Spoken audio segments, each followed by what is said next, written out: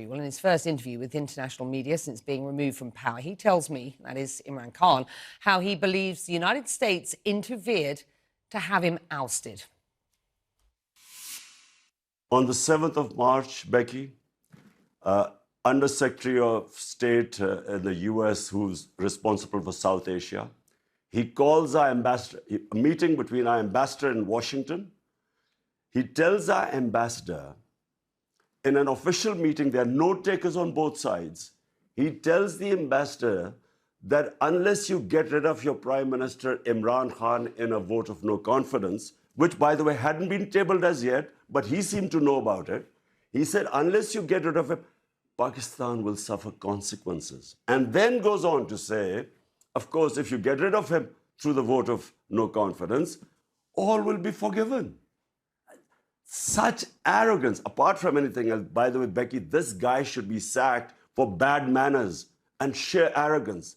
Imagine telling a country, an ambassador of a country of 220 million people that you get rid of your prime minister. So this is where it started. The next day, this vote of no confidence is tabled in our parliament. And then follows... Why have you never made this public before? You are being very specific about what you allege was said. Well, Becky, I put it in front of our cabinet. This cipher was read out in the cabinet.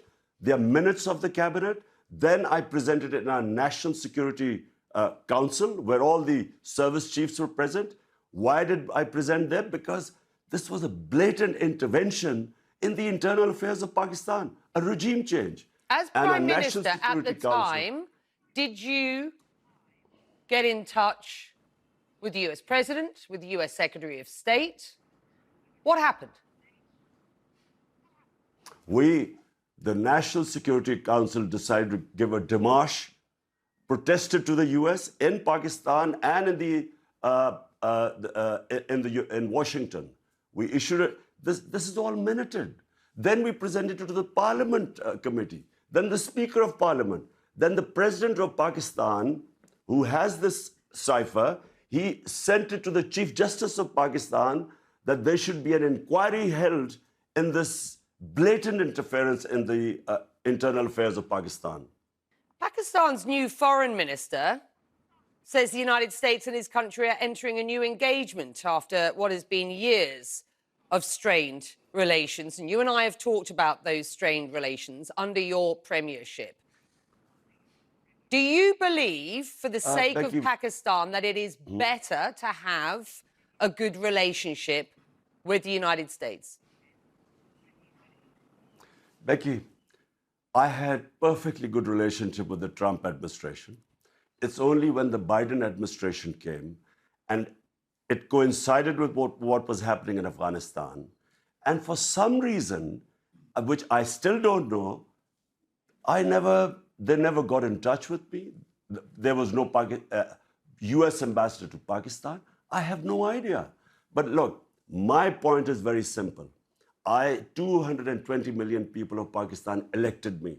My first responsibility is to the people of Pakistan. My responsibility is for the well-being. We have 50 million people living below the poverty line. So when Russia offers us 30% discount on oil and 30% discount on wheat imports, India does the same. India is part of the Quad, part of the strategic alliance with the US. India imports oil from the US, but for some reason, this was taken against me, as if I was being anti-US or anti-American. The US, let me repeat, has rubbished the notion that they have been involved in regime change in Pakistan. You continue to assert what they suggest is a conspiracy theory here. Do you genuinely believe that the US has been behind a regime change in Pakistan?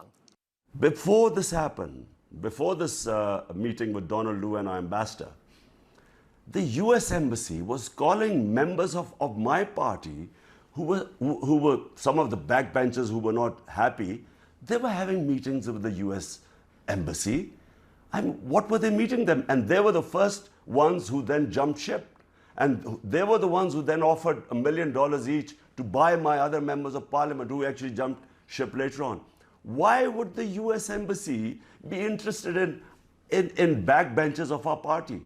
So is the current government an American implant? It's with their blessings. And you know, the painful thing, Becky, is not just that everyone, we all call it imported government, but the worst thing is there are a bunch of criminals. For 30 years, these guys have been plundering the country. 60% of the cabinet is on bail. You were in Russia meeting President Putin the day he announced the war in Ukraine. The optics didn't and don't look good, do they? They didn't, Becky, but let me explain to you, this visit was planned a long time back, and all the stakeholders in Pakistan were on board. The military wanted hardware from the Russians. We wanted oil. There was a gas pipeline which was being negotiated for the past 6 years before my government came in. So this trip was planned a long time before. How would I know that the day I land in Moscow, President Putin decides to go into Ukraine? I wasn't supposed to know that. Do you regret that trip now?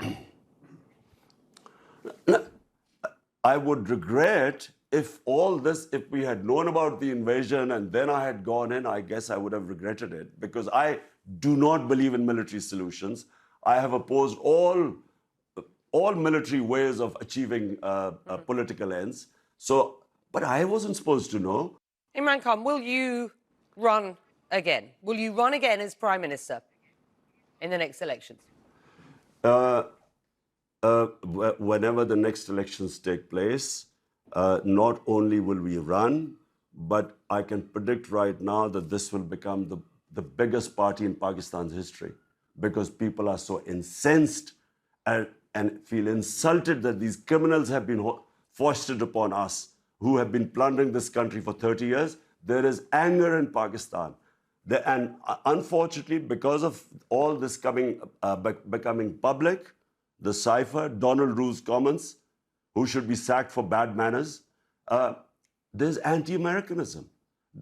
Because you know that so many regime changes, where the US, like in Iran, Prime Minister Mossadegh, like in South American countries, when unpopular governments are foisted on a people, the resentment then goes to against the US. And unfortunately, yes, there is anti-Americanism right now.